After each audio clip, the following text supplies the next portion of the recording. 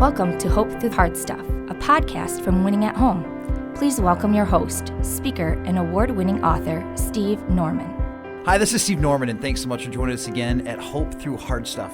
I'm honored to have as our guest today Dr. Kurt Stevens. He's one of the staff therapists here at Winning at Home, and we're here to talk about a topic that's pretty complex, but really relevant to all of our lives. We want to talk about grief today. Yeah. Kurt, tell me a little bit about how you got into counseling, and then we can kind of tackle the issue on the table. Yeah, sure. So my bachelor's degree is in Christian ministry, and when I was working on my bachelor's and I knew I wanted to get it in church work, I also knew that a big part of church work is taking care of the people in your church. And I pretty quickly decided that if I was going to do that, I wanted to do it well. So when I graduated from Indiana Wesleyan with my bachelor's degree, I started in on my master's in counseling almost immediately and was licensed, and then went on and got a PhD as well. And so that's how I really got into the counseling. That's great. Kurt, what was your PhD in? Talk to me a little bit Yeah, about well, my your research. PhD actually is in counselor education and supervision. And so through the years, I've done a lot of teaching as well. Love to teach lots of different psychology stuff, human growth and development, psychology and personality courses, things like that. And I do a lot of supervising as well. I'm pretty involved here, actually, at Winning at Home with our internship program, and do some supervising of the interns who are also working on getting their hours toward licensure. Kurt, as a pastor and as a clinician, what have you observed about grief? Oh, boy. Grief is something that theoretically we all know that death is really just part of the life cycle. But at the same time, especially here in the U.S., we do not do well with actually processing death. And so many people really don't grieve well. Frankly, they don't give themselves permission to intentionally say, I need to grieve. I need time here to work through this loss or these losses in my life. Kurt, what is it about our culture or our makeup that prevents us from being able to go to that place? Yeah, that's a great question. I think some of it is sort of just the American mindset of pretty fierce independence. But also I think that ours has become really a medicated culture where if something doesn't feel good, we want to make it go away. And so we're going to medicate or we're going to avoid, and we may medicate in a variety of ways. We may actually get some actual meds from our doctor. May slip into, some sort of addictive behavior to not have to deal with the pain that is actually going on.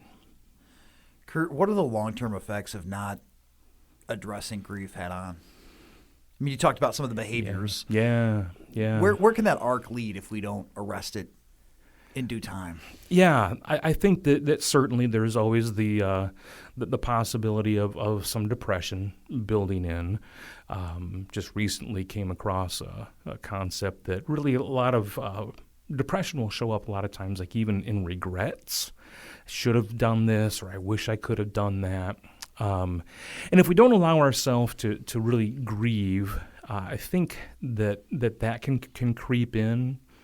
I think that even just a bit of an anger, a bit of an edge, that we kind of just want to stay away from anything that might make us sad or might trigger some of the emotions and memories of the loss, because we can't make it go away. It's in there. We may keep it stuffed, we may keep it bottled up, but it's using up energy inside of us if we don't allow ourselves to grieve. So it's going to demand a reckoning sooner or later. Some way, somehow. Yeah. Talk about the stages of grief. A lot of us are familiar at least with that concept. Right. How does that work, or how does a misunderstanding of that not work? Yeah. So the stages of grief and dying, that was really put forth by a woman named Elizabeth Kubler-Ross in the late 60s, early 70s. And she posited that there were 5 kind of classic stages that people would go through. And the first one was called denial. Since then, we've sort of adapted it to be more like shock and denial. And that one I think people do experience quite a bit. It's very common to be the first experience that we have where people are like, I can't believe this actually happened, or I still think that I'm just in a bad dream, or this is some kind of sick joke, and Dad's going to come walking out of his bedroom and go, "Ha, gotcha," because we truly, it just overwhelms us to actually reckon with death, whether it's a traumatic death, like I say, a car accident or something like that, or whether it's anticipated along sickness, maybe cancer or even old age, but the finality of it, we really have a hard time with. Well, then Kubler-Ross said that we moved into an anger stage. And the anger stage, pretty self-explanatory. But sometimes we're angry at the person who died. Sometimes we're angry at the fact that it happened to begin with. Then she said that as you continued in the grieving process, you'd move more into a stage of depression. And in this stage of depression, I remember walking through a grief experience with a gal who, she loved summer and loved the beach, but she told me, I feel like when I'm at the beach, I just have a personal little rain cloud over me right now. And that's the depression side. The depression experience of grief is really where you start to feel it. And you feel the weight of and the reality of like, wow, this really is going on. This is really happening. Then Kubler-Ross, she said that the 4th stage is something called bargaining. And this is where, like, classically, this would be like, oh, I'd give anything to just have one more day with Mom. Or, I so wish that she could be here for Thanksgiving this year. And so that's a part of the grief process, too. And then finally, she said you moved into a stage called acceptance. We've come to call that more like the new normal. Where you eventually come to terms. That's a phrase I use a lot when I'm walking through the grief process with my clients. I don't like the term acceptance quite as much because I think it's kind of a positive spin, but I think coming to terms with the fact that my life has continued to go on, and this is how life is now. It's different, but I'm continuing to live. So those are the 5 stages kind of briefly explained, but what research has shown us is that really we don't go through stages in like lockstep where we go from one to the next to the next to the next. In fact, it's a pretty tangled up mess. And we can go through all of those stages in one day when we're really in the throes of like the active grieving process. And frankly, even when she put that forth, she was saying not everybody goes through all the stages or not everybody experiences all of them. We might get stuck in anger and really never get through the other ones. And so I really, truly use that famous verse from Psalm 23, yea, though I walk through the valley of the shadow of death, I will fear no evil. I think that's the process that I try to help people through, is that, man, if you look at a valley, and I'm not talking about like, the Sound of Music kind of valley, I'm talking about like rough terrain, and sometimes you don't know where you're headed. And there's switchbacks and there's difficult stuff you have to walk through, but you will get through it. If you let yourself grieve, you will get through it. And so it's pretty uncharted territory for almost everybody, but you will get through it. It's really helpful to hear you say that, because I think that when I first heard about the stages of grief, I was like, oh, there's a checklist, or there's a linear plan to get out of this. And to hear that it's cyclical, that it ebbs and flows, that it comes in and goes out. A buddy once told me, he goes, sometimes grieving, he lost his wife at a very young age, and he said, sometimes grief is like being dropped in the middle of a forest and you have to find your way out, but there's no map. Yeah. That it's okay to feel overwhelmed. I think that is so true. Kurt, for people who are being feel paralyzed in some of those early stages. What is it like to express that grief early on in the journey? What can that look like? Yeah, well, and that's a good point, too. That's a great question, because another thing that we typically, I think we sort of assume, is that you haven't really grieved until you've had that real profound, gut-wrenching emotional reckoning with, oh my gosh, they're gone. Yeah. And we fall to our knees, or we just melt in a puddle of tears and wailing and agony.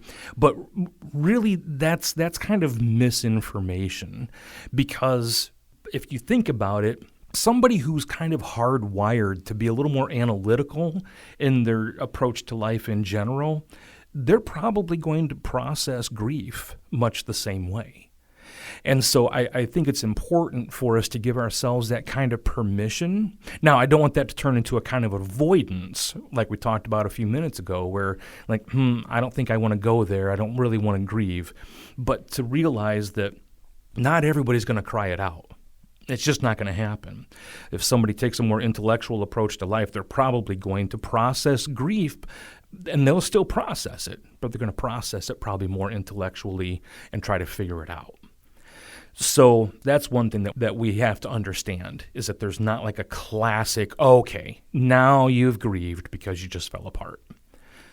And Kurt, it seems like sometimes there can be tension in relationships because we're wired differently and because we grieve differently. If two people lose the same person that they love, but they express that differently, sometimes there can be judgment or criticism or concern that because this person isn't grieving the way that I'm grieving, maybe they don't care about the person who's gone as much as I do. Yeah, I think that can be very true. And I think sometimes in my experience, I think I've seen maybe more commonly the person who's not emotional will begin to sort of battle with like, am I going through this? I've had clients where we're maybe a couple months into it and they're like, I think I'm okay. And I'll go through a process of just keeping the conversation going, and I'm trying to assess, maybe something in there I haven't really tapped into, or maybe there's something overlooked. And there have been times where at the end of a session where they come in and they say, it feels like it's not been long enough, but I kind of think I'm better.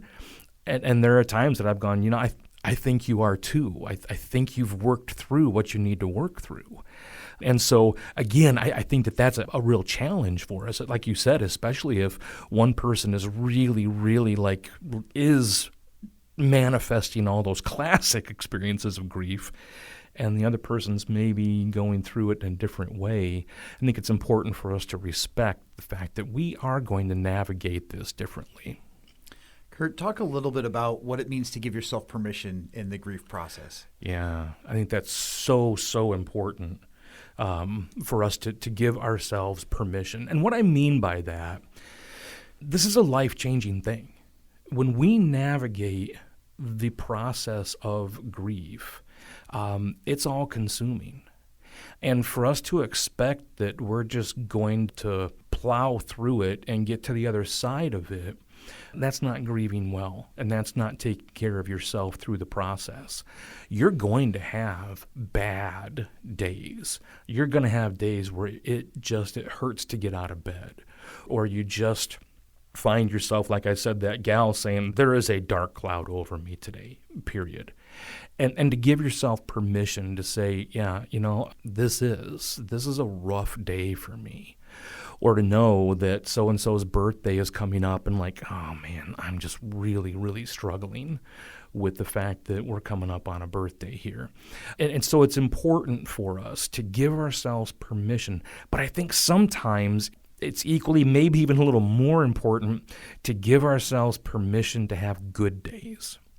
Because the fact of the matter is, even though we're grieving and we're going through what is truly an all-consuming process, the day-to-day stuff of our life continues to move forward, and that includes having good days.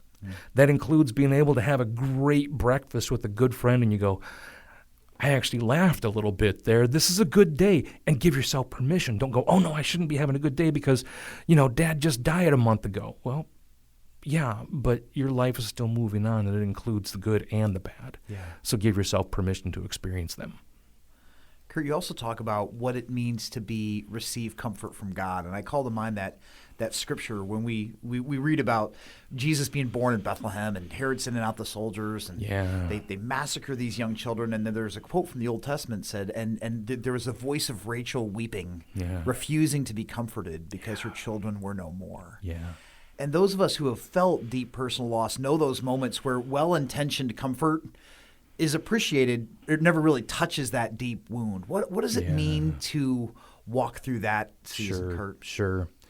This is the truly spiritual aspect, I think, of grief, is that it's just such a deep wound for us that if we really just allow God to be present in that time of grief, we can receive just a true comfort that I talk about sometimes, even when Paul says in Philippians 4:7 about the peace that passes understanding.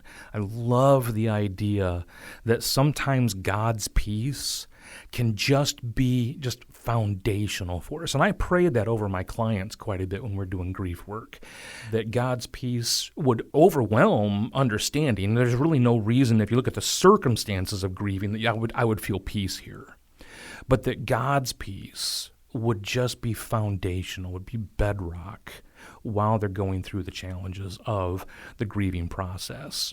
And I think of also when Paul says in 2 Corinthians chapter 1, when he talks about, we have the God of all comfort, who's there to comfort us in all of our needs and all of our troubles and all of our trials. And I think that's so critical for us, that he really can be present to us in very unique ways during the grieving process. If we do let him comfort us, we can then pass on comfort to others. I want to be careful about not making that just I'm just going to be a conduit where God gives me some comfort, so boom, I can go out and just give it to other people. But would we allow him to really be present to us through the Holy Spirit, through the fact that that's part of what the Holy Spirit is there for, is to be our comforter in these times of trial and these times where everything is overwhelming, and yet I do feel comfort. Kurt, how do we create mental or physical or spiritual space for God to give us that gift of comfort that we so desperately need? I know in my own journey, when I lost my dad just about 2.5 years ago, and I think that abstractly I understood that God wanted to comfort me, but I think that at a more visceral level, sometimes I was like, well, God has other things that he's got to do today. Right. I'm on my own. I just gotta kind of gut this out. Yeah. One thing, and this goes back to the permission piece for me, Steve, and that is I think it's very, very important for us to engage with God and engage honestly. There are times where I don't get what's going on. In my personal life, my wife and I went through just a crazy season of loss where my stepdad died in March of 2018. Then my dad died pretty suddenly in November of 2019. My wife's stepdad died in February of 2020, and then her dad died in August of 2020. My goodness. So between March of 2018 and August of 2020, we lost all of our dads. There were a lot of times where we just didn't even know how to process this. We just didn't. And I think it's very, very important for us to remember that God has the perspective of all eternity.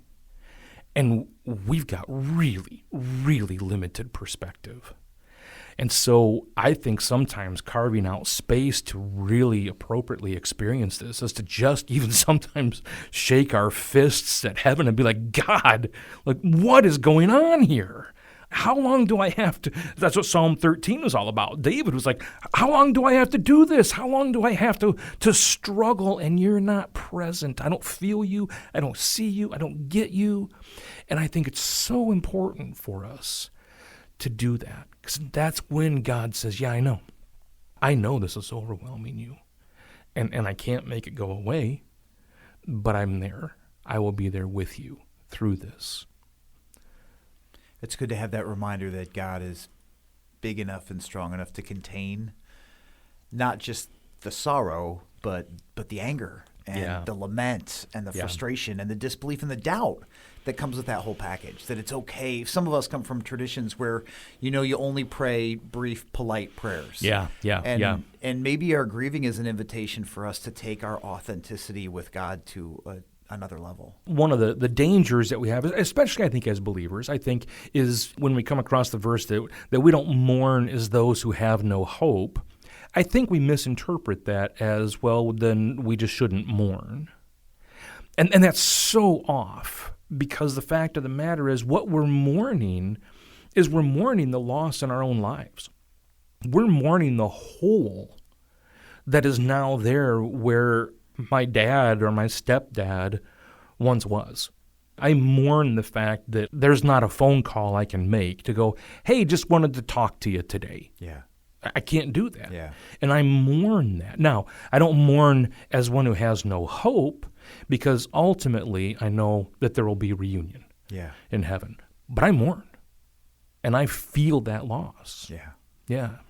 I had that moment yesterday. I was, I was just scrolling through the favorites on my phone, and I saw my dad's name in there, and it just took me a minute to realize that it's not his number anymore. Like, if I called it, that's not even his voicemail. Like, there's a stranger on the other side of that. And there's just moments to be able to say, like, oh, yeah, that's real. Yeah. And it's there. But you're right. I think that when our grieving happens against the backdrop of a resurrection, it reframes it all. It doesn't take the sting out of it. Right. But it takes the long-term horror that there's nothing redemptive behind it. Does that make sense? Oh, man, yeah. Well, and I think because, too, grief is a season, and if we understand that God is present to us in every season. Yeah, absolutely. I think sometimes it's easy to believe that God's with us, obviously, when we're being blessed and, it's smooth sailing and stuff like that. But if we can also just understand that during times of grief and during times of great loss, if we pay attention to God during those times, He can meet with us in ways we would never even be able to experience, because we would never be open to it when times are great. There's also this real sort of tender, kind of intimate time where I can just be broken with God and go, I don't even have words here. Yeah. This is pain and this is confusion. I've never ever gone through. God, what do you have? Yeah. Like where are you in this? And that genuine kind of calling out, I think really He draws near in unique ways for us. Kurt, sometimes we get stuck on an individual journey. We need other people to help push us forward. Yeah. Talk about the role that community plays in the healthy processing of grief. Yeah, such a great point, because we've got this little catchphrase, I think, in a lot of like counseling and stuff, and that's simply that isolation intensifies. Really, whatever you're going through. If you're going through depression and you isolate yourself, you're just going through, like, you got the echo chamber of your own emotions and thoughts and stuff like that. And the same is true with grief. If we pull ourselves back and we just keep ourselves to ourselves, that intensifies, and not in a good way. It intensifies the actual experience of our grief. So what we do and what we need to do is we need to make sure that we're connected to our support system. And I don't care if that's one other person. It might be a handful of people. It might be a whole church or a whole group that you're connected to. But you have to know who your support system is and stay plugged in. I remember, this was a long time ago. I was in college. You know the Jewish term of sitting Shiva? Yeah. When we probably see the best example of that in the Bible with Job. And when he was just devastated because everything blew up on him, or I should say crashed in on him in one day. And we see that his three friends came, and before they ever talked, before they ever started debating what happened and why, Scripture says that they sat with him for 7 days. And they were there with their presence. I think that's so important for us to know that sometimes that's the best we can do. And I'll come back to my story now. I was in college. My grandma on my mom's side, when she died, I can still picture, I grew up on a family farm, and one of the places where we had a lot of calves that we had to feed every morning and every afternoon was back behind my grandma's house. We would just drive down this dirt lane and feed all the calves. And I remember one morning driving past, and there were a lot of cars in Grandma's driveway. And I was like, it's probably not good. And pretty soon, one of my cousins had just walked down the lane and said, Grandma's gone. You need to come to the house. And I remember later that day, or maybe the next day, I remember my friend Brad just knocking on the door at my mom's house, and he said, "Come on, let's go to lunch." And I remember going to McDonald's with him. I don't know if we said a word. I could not tell you if we even talked, but I remember his presence. Yeah. And I remember that still 37 or so years later. And I think it's so critical for us to know that sometimes just our presence in people's lives can be a source of comfort that they desperately need. Kurt, that's a great story, and I think that those of us who have gone through grief can point to not conversations, but people and moments and places where we were reminded that we weren't alone. It's good to be grateful for those people who walked through us. Yeah. So speaking of gratitude, how do we shift towards gratitude towards God, even in the face of deep loss? That's a key point in this as well, and that is sometimes I can remember a few years ago walking through this with a couple, an older couple who had lost their son in his late 30s, early 40s to cancer, and they just they were so broken over it, and I remember just encouraging them, the next time that you're really, really broken over this, maybe just thank your son for the years you had with him. Think about a particular experience. It just really just comes to mind immediately. It doesn't have to be anything profound, but thank him or thank God for those times. Because, again, going all the way back to when we first started our conversation here, Steve, death is part of the life cycle. Yeah. And when we get to it, and we all get to it, I think sometimes we just have to be able to understand, our time here on earth is limited. And sometimes it comes into such stark focus for us when you lose. My stepmom died when she was 38. From a brain tumor, and like that stuff doesn't make sense, it doesn't make sense when a child dies. That's just not the way it's supposed to be, right? Right. But also to realize, but the time that we had with them, it was a blessing.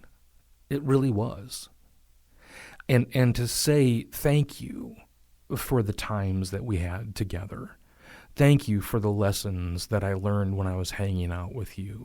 Or thank you for, giving me a love for painting or whatever, And the other side of this is that clinically it's also shown that gratitude can really help us because it actually kind of changes us chemically a little bit and brings a little bit of that serotonin and a little bit of that dopamine back into our system to go, now we literally are feeling a little bit better as well.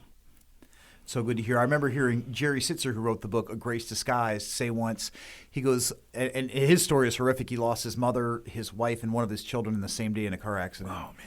And he talked about how his rage against God was like, I didn't deserve for that to happen that way. But when he made that shift towards gratitude, he goes, I didn't deserve to have an amazing mom and a loving wife and a treasured child either. And so to be able to flip that, it's like I didn't deserve the nightmare, but I didn't necessarily do anything to earn the sunshine either. Right. And so to be able to hold both of those in tension was a shift towards perspective. Yeah. Talk a little bit more about how we find good in the midst of that dark valley. I remember hearing on a podcast that one of the proteges of Kubler-Ross, you mentioned earlier, actually petitioned her estate to add a sixth stage to the process, which was finding meaning in the loss. What can that look like? Finding good or finding meaning or finding redemption even in the midst of that heartache? So one of the interesting things about the grieving process, and I tell almost every client this at the outset, is I just let them know, look, there are some aspects of this that are universal. People walk through this all the time. There are some aspects of this that are going to be so intensely personal and are going to be very unique to you. And so I think that there's a degree to which that as you go through the process of grieving, it's a little bit mystical almost in that there really isn't like a guidebook to say, you had mentioned earlier about checking boxes, right? There's not a checklist for how to grieve. And so there's a degree to which where, and again, I feel like it sounds even a little mystical, but to give yourself over to it. To the grief. To the grief. And to say, I'm going to be in this place. I think that what it does is it allows you to see what is going on in this season. It can lead you to maybe even a new career path. It can lead you to be volunteering. It can lead you to all kinds of unique sort of understandings, insights, awarenesses that you can then carry with you going forward. And so I think that there's a degree to which, like, again, we don't want to be cliche about it and go, okay, well, this is great, I guess, then. That's not it. It's just realizing that, God is, and I know Romans 8:28 has become a little bit of a cliche, that all things work together for those who love the Lord, but there's truth there. Sure. And to just know for yourself that there is good developing here. Something good is coming from this. And I don't know what, I don't know when, I don't know how, but I know that God is changing me. And that's what grief does. Grief changes us, and we have to understand that too. Like, your story will never be the same.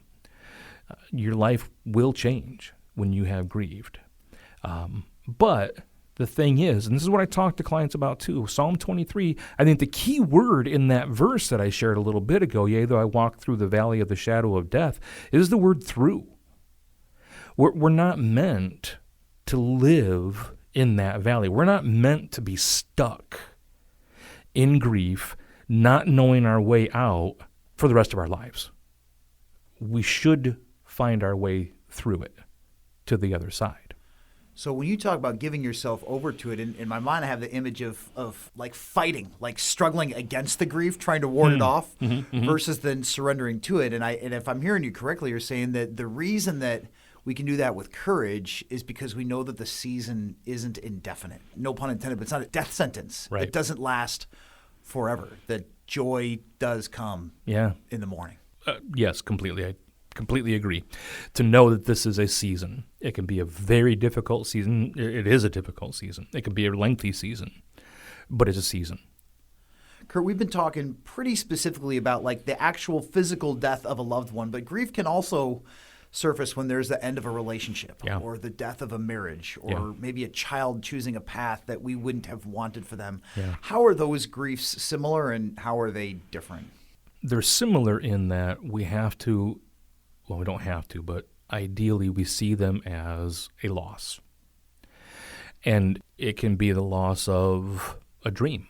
It can be a loss of like, oh man, I really, if a child is making choices that don't seem to be going down a good route, you go, I really thought that they were going to be able to do this, and I don't see it now. Right. And so it's a letting go. It's allowing yourself to say, wow, I need to adjust to that.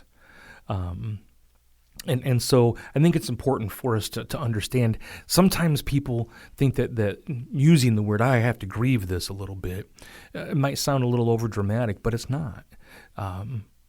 You're right, there are a lot of losses that impact us. There's a loss of maybe a marriage through a divorce, or maybe you've been terminated and you didn't see it coming, and all of a sudden you're like, I don't know what is next in my life. That's grief. That's a loss. And so that's where they're similar. Where they're probably not as similar is really like very few of these are as final as grieving the death of a loved one. Well, Kurt, thank you so much for your time today. Thanks for giving of your experience, your heart, and your wisdom. Absolutely. You've been listening to Hope Through Hard Stuff. If you need more resources from Winning at Home, you can check us out at www.winningathome.com. Thanks so much for tuning in. We'll catch you next time. Thanks for listening to Hope Through the Hard Stuff. If you liked what you heard, please remember to subscribe to it, rate and review it, and then share it with others. Winning at Home offers hope through counseling and coaching, motivational speaking, community events, and other media resources. If you believe in what we do and want to support us in our mission, consider making a donation at winningathome.com.